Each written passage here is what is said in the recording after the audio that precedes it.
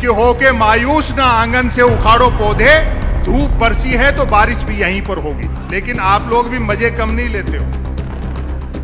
प्रधानमंत्री की डिग्री पे सवाल उठाया। भाई जब सैटेलाइट लॉन्च होकर के अपनी कक्षा में स्थापित हो गया और धरती के चक्कर काट रहा है, फिर क्यों डिजाइन पे बहस कर रहे हो? लोग मुझसे शिकायत करते हैं कि संपत सरल जी आप एक तरफा क्यों बोलते हैं, बैलेंस किया करो। मैंने कहा जी बैलेंस करने के लिए ही तो एक तरफा बोलते हैं। क्या कपड़े बदलते हैं साहब? अगर नदी में नहाए तो डुबकी लगाते समय जो कपड़े होते हैं बाहर निकलते समय वो नहीं होते। क्या अंग्रेजी बोलते हैं साहब? अंग्रेजी 3 तरह से बोली जाती है, फर्राटेदार, धमाकेदार और ठहाकेदार। वो तीसरे प्रकार वाली बोलते हैं। मतलब जिसको ये भाजपाई भ्रष्ट और अपराधी कहते हैं, वही अगर बीजेपी ज्वाइन कर लेता है तो ईमानदार और सदाचारी हो जाता है, उज्जवल हो उठता है। शायद यही प्रधानमंत्री की उज्ज्वला योजना है कि बापू का आजादी के आंदोलन में कोई योगदान नहीं रहा, हमने उसका बुरा नहीं माना कि हो सकता है वो खुद के बापू के लिए कह रहे हो। पाकिस्तान में देखो आप, एक जमाने के फास्ट बॉलर रहे इमरान खान की कुर्सी चली गई। मैंने कहा समय सबका हिसाब लेगा, कुर्सी एक दिन सबकी जानी है। और वैसे भी मैं तो सुनने के लिए नहीं बुलाया जाता, ये देखने के लिए बुलाया जाता हूं कि देखे तो सही इस दौर में भी सच बोलने वाला कवि दिखता कैसे। माननीय लोग यहां बैठे हैं, आप सबका अभिवादन। हम उस कर्नाटका की धरती पर हैं जहां अभी आपने देखा कि चुनाव और बीजेपी शांतिपूर्ण ढंग से निपट गए। हार का आपको कारण पता नहीं है बीजेपी का। नरेंद्र मोदी जी ने 46 रैलियां की और कपड़े सिर्फ 46 बार ही बदले। तो भाजपाइयों में अंदर खाने ये मैसेज चला गया कि प्रधानमंत्री में पहले वाली बात नहीं रही। क्या कपड़े बदलते हैं साहब? अगर नदी में नहाए तो डुबकी लगाते समय जो कपड़े होते हैं बाहर निकलते समय वो नहीं होते।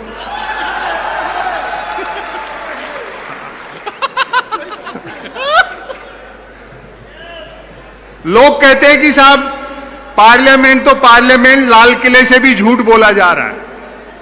मुश्ताक अहमद यूसुफी साहब एक बड़े हास्यव्यंग के लेखक हुए उर्दू के, उनका एक जुमला है कि बोलने वाला और सुनने वाला दोनों ये जानते हो कि ये झूठ है तो ये गुनाह नहीं है। जब सब लोग जान ही रहे हैं समय की अपनी सीमाएं हैं, मेरे ख्याल से मीडिया के लोग तो नहीं होंगे यहां।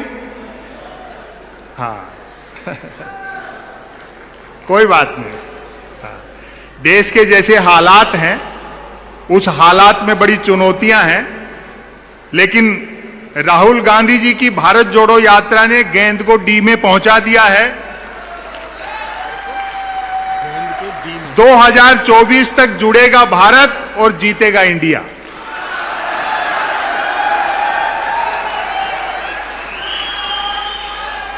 निराश होने की जरूरत नहीं है। हां, निराश होने की जरूरत नहीं है। एनडीए के पास में 23 करोड़ वोट हैं और इंडिया के पास में 26 करोड़ वोट हैं और ये बढ़ेंगे। एनडीए का शासन देश की 60 करोड़ जनता पर है और इंडिया का शासन देश की 80 करोड़ पर जनता पर है। वो 38% वोटों से जीते, 62% हमारे साथ हैं। तो कैलकुलेशन इस ढंग से करो, कौन सी ताकत थी जो उन्होंने कर्नाटका में नहीं लगाई और नतीजा क्या निकला। उर्दू के एक शायर का शेर है कि होके मायूस ना आंगन से उखाड़ो पौधे, धूप बरसी है तो बारिश भी यहीं पर होगी। लोग मुझसे शिकायत करते हैं कि संपत सरल जी आप एक तरफा क्यों बोलते हैं, बैलेंस किया करो। मैंने कहा जी बैलेंस करने के लिए ही तो एक तरफा बोलते हैं। जब सब लोग एक ही तरफ की भाषा बोल रहे हैं, चुनाव प्रजातंत्र, स्वस्थ प्रजातंत्र में मजबूत विपक्ष होना जरूरी है। आपकी सरकार आ जाएगी तो भी हम भी यही कहेंगे कि विपक्ष का मजबूत होना बहुत जरूरी है स्वस्थ प्रजातंत्र के लिए।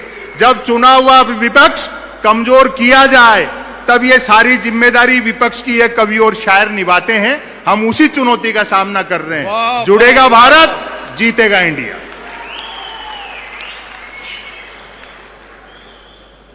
लेकिन आप लोग भी मजे कम नहीं लेते हो।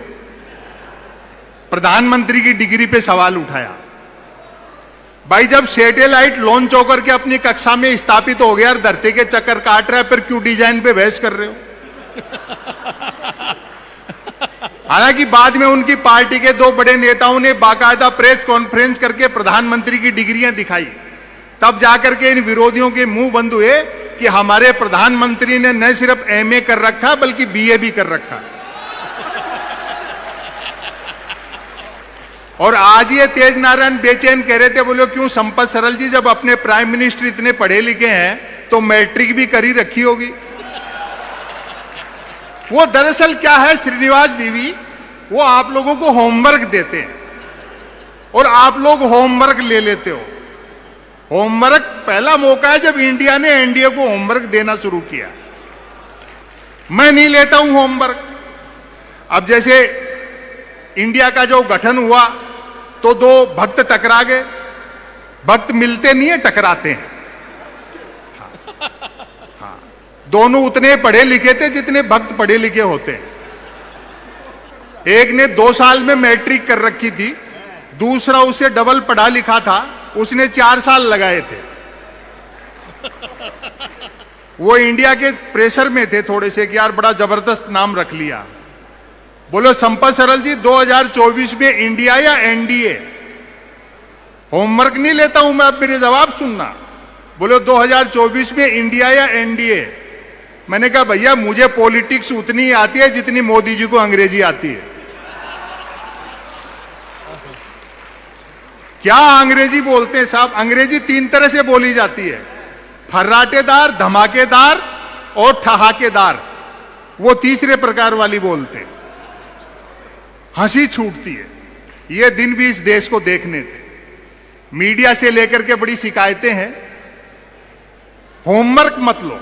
मेरी इमेज ऐसी बना दी जैसे मैं मोदी जी का विरोधी हूं, जबकि कवियों का व्यंग करूंगा तो काम है सत्ताओं से सवाल पूछना। मैं तो अगर झूठ से भी ये कह दूं कि प्रधानमंत्री 2019 में विकास के दम पे जीते हैं तो भक्त लोग जूता निकालते हैं कि शर्म नहीं आती प्रधानमंत्री के बारे में झूठ बोलते हुए। 2019 में जब चुनाव परिणाम आना शुरू हुए तो मेरे पास एक गुजरात से फोन आया। उनको बढ़त मिल रही थी। बोले और सुनाओ क्या हालचाल है? मैं समझ गया ये मुझे होमवर्क दे रहा है। और सुनाओ क्या हालचाल है? मैंने कहा जी हालचाल ठीक है और सुनाने का पैसा लेते हैं। बोले फिर जीत रहे मोदी जी। मैं कहा अच्छा हमको भी नया नहीं लिखना पड़ेगा। तो इनसे होमवर्क मत ले। अभी एक इनकम टैक्स के अधिकारी का फोन आया, सच्ची घटना है। बोलो संपत सरल जी मोदी सरकार के खिलाफ इतना तीखा बोलते हो, किसी दिन छापा वापा वाले भिजवा देंगे। मैंने कहा जी कि हिंदी लेखक के घर में लाइब्रेरी में गबन के नाम पर प्रेमचंद के गबन उपन्यास के अलावा क्या मिलेगा? वाह वाह वाह वाह। और अगली जो बात मैंने कही, फिर भी मैंने कहा ऊपर के दबाव में जबरदस्ती फंसाओगे तो हम भी बीजेपी ज्वाइन कर लेंगे। मतलब जिसको ये भाजपाई भ्रष्ट और अपराधी कहते हैं वही अगर बीजेपी ज्वाइन कर लेता है तो ईमानदार और सदाचारी हो जाता है, उज्जवल हो उठता है। शायद यही प्रधानमंत्री की उज्ज्वला योजना है। तो आप लोग होमवर्क मत लिया करो, समय की अपनी सीमाएं हैं। एक रचना मैं आपको सुनाता हूं, 2 लघु कथाएं। यहां मध्य प्रदेश के लोग भी आए हैं। मध्य प्रदेश में चुनाव है। आपको मैं व्यापम बताता हूं क्या है, अपने प्रदेश में जाके बताना। नहीं अब तो पटवारी बताओ। वो पटवारी भी व्यापम में ही शामिल है। आवेदन एक ने किया, परीक्षा में दूसरा बैठा, इंटरव्यू तीसरे ने फेस किया, नौकरी मिली चौथे को और करता रहा 5वां। वेतन छठे ने उठाया और पेंशन हुई 7वें की। अब आपकी तालियां उठेंगी, जबकि 7वें की डेथ तभी हो गई थी जब पहले ने अप्लाई किया था।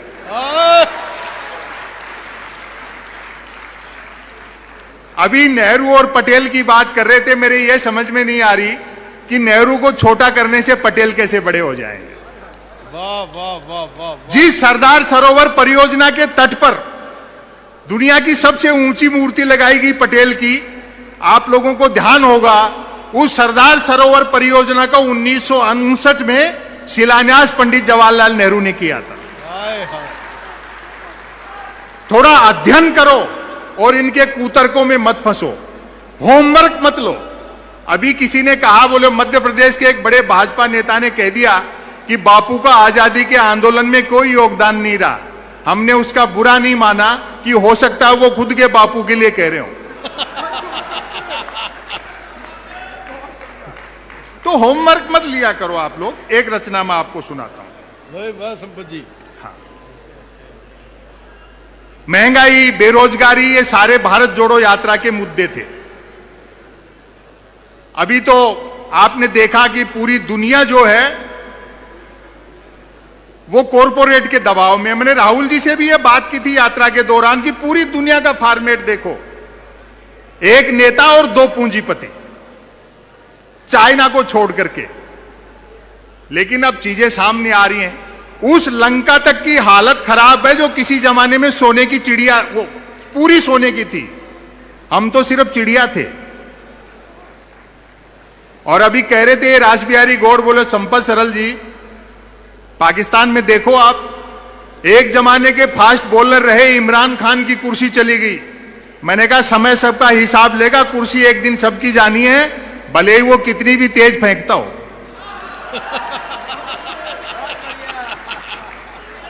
तो ऐसे दौर में मैं एक रचना आपको सुनाता हूं, दो लघु कथाएं सुना देता हूं, सुनिए। 10 साल से कैसेट बज रहा है, वो आपने देखा। डीजल पेट्रोल हमारे हाथ में नहीं है, रुपया अंतर्राष्ट्रीय कारणों से गिर रहा है, महंगाई बेरोजगारी के लिए कांग्रेस जिम्मेदार है, बाकी सारी समस्याएं नेहरू छोड़ गए, फिर भी कोई दिक्कत हो तो पाकिस्तान चले जाओ। वो दरअसल आपको होमवर्क देना चाहते हैं, तो होमवर्क में मत फंसा करो। देश की वर्तमान परिस्थितियां आप देखिए, मणिपुर जल रहा है और संसद में बात ईस्ट इंडिया कंपनी की हो रही है, कुतर्क किए जाते हैं। धर्मवीर भारती का एक नाटक था अंधा युग, उसमें एक सीन है, वो सुना करके मैं दो लघु कथाएं, एक छोटी रचना आपको सुनाऊंगा। युद्ध का अंतिम दिन है, 18वां दिन, दोपहर बाद का समय। धृतराष्ट्र और गांधारी महल में बैठे हैं और संजय का इंतजार कर रहे हैं कि वो आए तो सूचना मिले, खबर मिले कि दुर्योधन मारा गया या जीवित है।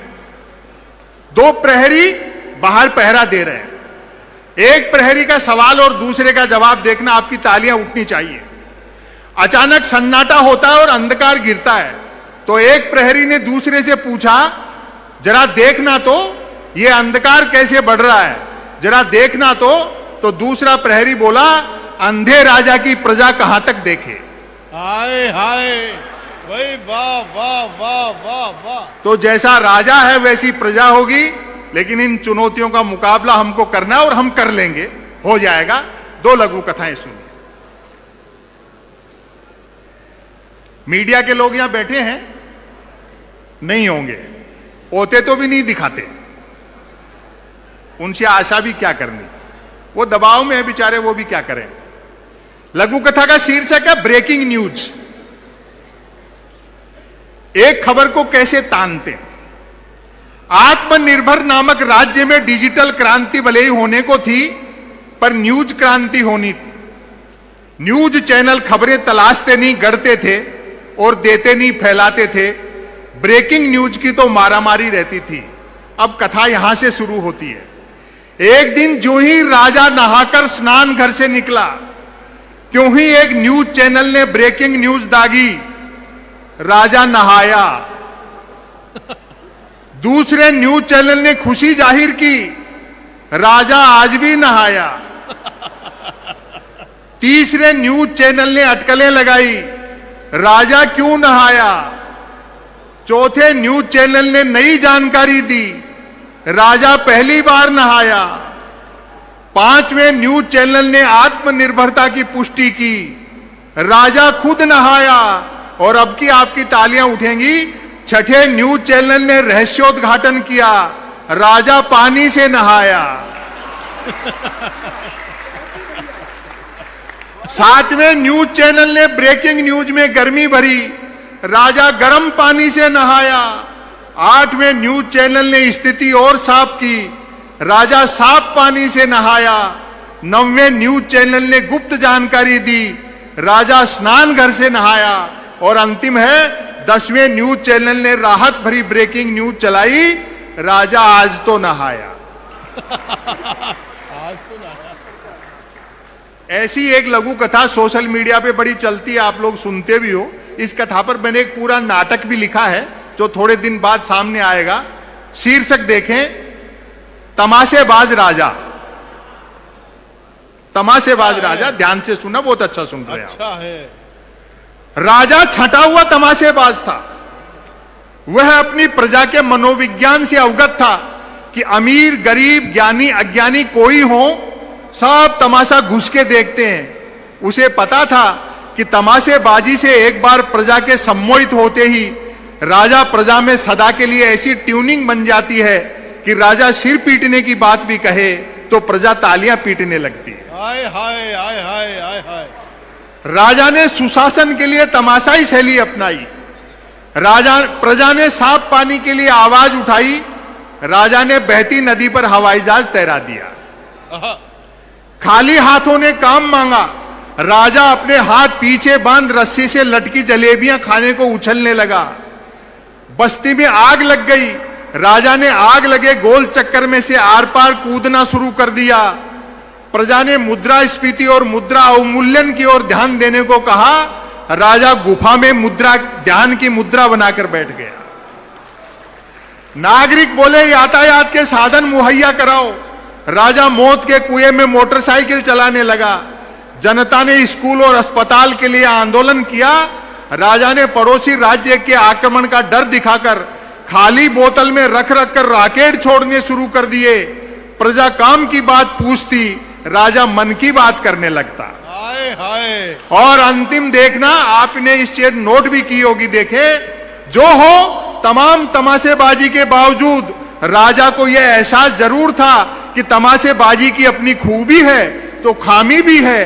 खूबी यह है कि तमाशा दिखाने से प्रजा मूल मुद्दा भूल जाती है, और खामी यह है कि हर बार नया दिखाना पड़ता है। वाह वाह वाह वाह वाह वाह वाह। ऐसा कोई तमाशा नहीं है जो मोदी जी ने रिपीट किया हो। अभी तेज नारायण बेचैन कह रहे थे, बोले यार ऐसा कौन सा तमाशा बाकी रह गया जो उन्होंने नहीं किया। मैंने कहा सिर्फ एक बचा है, ऐसे जूते नहीं पहने जिनमें लाइट जलती हो और वो चू चू बोलते हो।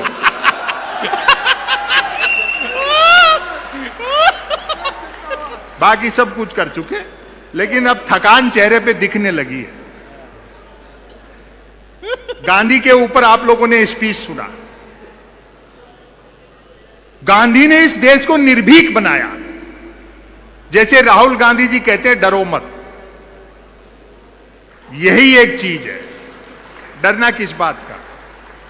दो चीजें हैं साहब, यह सिर्फ राजनीतिक समस्या नहीं है, आपको अर्थव्यवस्था समझनी होगी। दो चीजें, बाजार और बाजारवाद, दोनों में अंतर बताता हूं जिसको सिर्फ गांधी समझते थे। बाजार का मतलब है जरूरत के हिसाब से चीजें बनाना, और बाजारवाद का मतलब है चीजें बना करके जरूरत पैदा करना। तो जो गैर जरूरी खरीदारी है वो बंद कर दो, तो अपने आप इन पूंजीपतियों की हवा टाइट हो जाएगी और सब चीजें धीरे धीरे ठीक होना शुरू हो जाएंगी। गांधी की यही फिलॉसफी है। एक रचना मैं आपको सुना देता हूं, समय की अपनी सीमाएं हैं, बाकी लगूंगा। राष्ट्रवाद और देशभक्ति में अंतर होता है साहब, आप लोग समझते नहीं हो। राष्ट्रवाद और देशभक्ति का अंतर बताता हूं। देशभक्ति भीतर से पैदा होती है, राष्ट्रवाद ऊपर से थोपा जाता है। इस बात को भली प्रकार समझना चाहिए। जो राष्ट्रवाद की बातें करते हैं उनको देशभक्ति समझाओ। हालांकि धीरे धीरे चीजें अपने आप खुद ही समझ जाएंगे। बेरोजगारी है, महंगाई है, अकल तो उनको भी आनी है। कब तक सारी चीजें चलेंगी। एक रचना मैं आपको सुनाता हूं, शीर्षक सुनकर के आप ताली बजा देंगे। अभी प्यार मोहब्बत की भी बातें की। आप नौजवान हो, उम्र का प्रभाव होता है। किस रास्ते पर जाना है और आपके हथियार कैसे होने चाहिए, आपके साधन कैसे होने चाहिए साध्य तक पहुंचने के लिए, वो सब चीजें भी एक बारीक पतरी डोरी पर चलने वाली उम्र है ये। एक जमाना था जब मैं भी प्यार प्रेम की कविताएं लिखता था, जब तक अक्ल दाढ़ नहीं निकली थी। उबासी के बहाने भी किसी लड़की के दांत दिख जाते तो मैं 5-7 गजलें लिख मारता था, भले ही वो उबासी मुझको देख करके ले रही होती थी। और एक निवेदन कर दूं, बहनें यहां बैठी हैं, प्रकृति के, कुदरत के, सृष्टि के नियम बदल सकते हैं, औरत के प्रति पुरुष की मानसिकता नहीं बदल सकती। बात अच्छी लगे तो समर्थन करना, मर्द की फितरत होती है। अर्थी के रास्ते में भी औरत मिल जाए तो 80 साल का मुर्दा भी वाइब्रेशन मोड पर आ जाता है। लेकिन इतना भी तय है कि शादी होते ही प्यार का बुखार उतर जाता है। जैसे ही ब्याह की कुनेन खाई, प्यार का मलेरिया गायब। मेरे एक मित्र ने प्रेम विवाह किया, नाम नहीं बताऊंगा वरना आप समझ जाओगे, रमेश मुस्कान के लिए कह रहा हूं। प्यार के दौरान जिस लड़की के साथ जो कंकर झील में फेंके थे, शादी के बाद दाल में निकल रहे हैं। और ताली तो इस बात पर बजाओगे, जिस लड़की को लेकर भागा था अब उसको देखते ही भागता है। शादी के 3 दिन बाद मिला, मैंने कहा नया नया प्रेम विवाह किया, पत्नी को लेकर सिनेमा जा, सैर सपाटा करके मंदिर मंदिर भटकता है। बोले भाई साहब सुना है जोड़े ईश्वर बनाता है, बस उसी को ढूंढना है। यह बहुत त्याग और समर्पण का काम है। प्यार मोहब्बत में आदमी को अपना कैरियर तक दांव पर लगाना पड़ता है। मैं ऐसे कई को जानता हूं जो अपने प्यार प्रेम के दौरान बड़े अन्य रहते थे, लेकिन धीरे धीरे उनको अक्ल आ गई। ये सब चीजें, ये शोशेबाजी, परिवार की, कैरियर की, सब चीजों की चिंता रहनी चाहिए। समय बदल गया, समा का स्थान ट्यूबलाइट ने ले लिया। परवाना जलने की गरज से जाता है तो छिपकली खा जाती है। तो जो बुनियादी चीजें हैं उन्हीं में आदमी का मन रमना चाहिए, और कोई पद की ऐसी लालसा नहीं रहनी चाहिए। हम जिस काम के निमित्त हैं, लोकतंत्र पर बड़ा खतरा है। जिस तरह का वैमनस्य की जहर इन्होंने भर दिया है, उस सब से निपटने के लिए ये सब चीजें त्याग करके काम में जुटना है। आप जुटे हुए हैं, हम इस लड़ाई को जीतेंगे। जुड़ेगा भारत, जीतेगा इंडिया। एक रचना मैं सुना देता हूं आपको, मन की बात, ध्यान से सुनना। कोई कुछ भी बात करे, बात कुल 2 ही प्रकार की होती हैं, एक काम की बात और दूसरी मन की बात। यदि आप मेरी इस बात से सहमत नहीं हैं तो फिर आपकी अलग बात।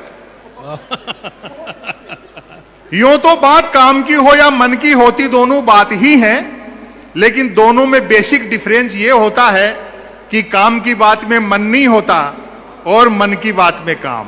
हाय हाय। असल में तो मन की बात की ही इसलिए जाती है ताकि काम की बात नहीं करनी पड़े। हाय हाय। मन की बात कुछ कुछ वैसी ही होती है जैसे सदैव 2 व्हीलर चलाते रहने वाले के कभी 4 व्हीलर हाथ लग जाए तो वह खाली सड़क पर भी हॉर्न बजाते हुए चलता है। मन की बात एक तरफा होती है, जैसे देवता वगैरह मूड आने पर आकाशवाणी कर दिया करते थे।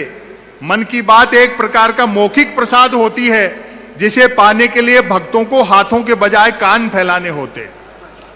वाह वाह। मन की बात बिना विषय की होती है, क्योंकि वह मन की बात होती है। यदि भूले भटके मन की बात किसी विषय पर आ भी जाए तो भी कोई माई का लाल अंत तक नहीं पकड़ सकता कि मन की बात आखिर हो किस विषय पर रही है। हाय हाय। अब आप देखें, काम की बात अपने काम से काम रखती है, जबकि मन की बात का प्रचार करना पड़ता है कि फला तारीख को इतने बजकर इतने मिनट पर मन की बात होगी। पता लगते ही मन की बात को ही काम की बात मानने वाले उछल पड़ते हैं कि वाह मजा आ गया, फला तारीख को इतने बजकर इतने मिनट पर काम की बात होगी।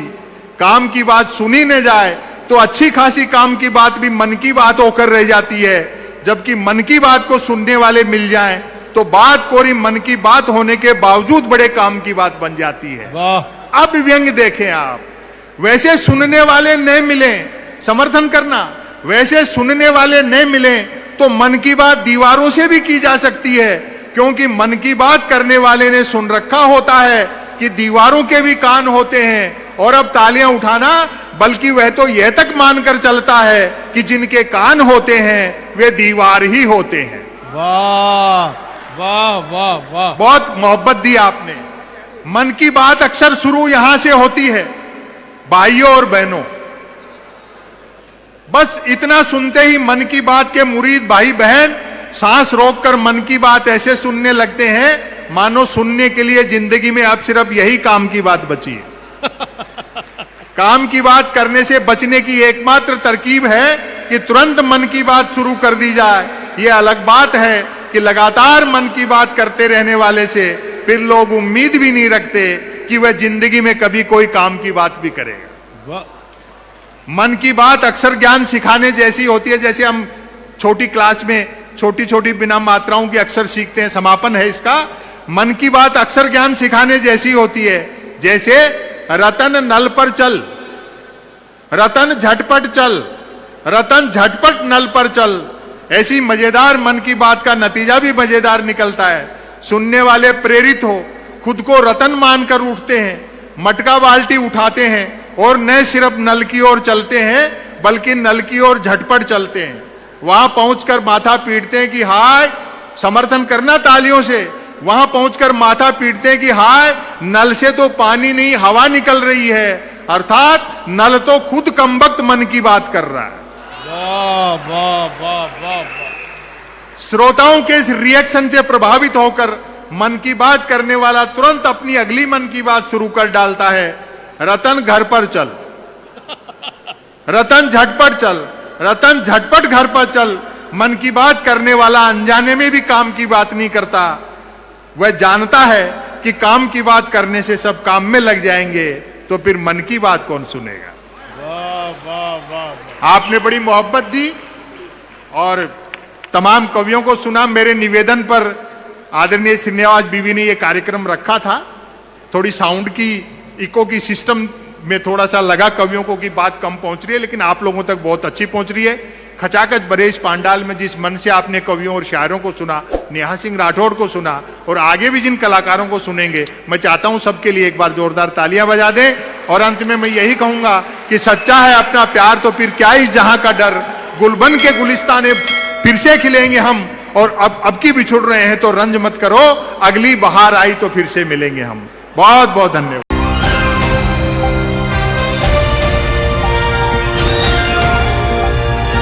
दिल्ली, हरियाणा, उत्तर प्रदेश, राजस्थान की हर खबर के साथ देखते रहिए न्यू इंडिया न्यूज नेटवर्क।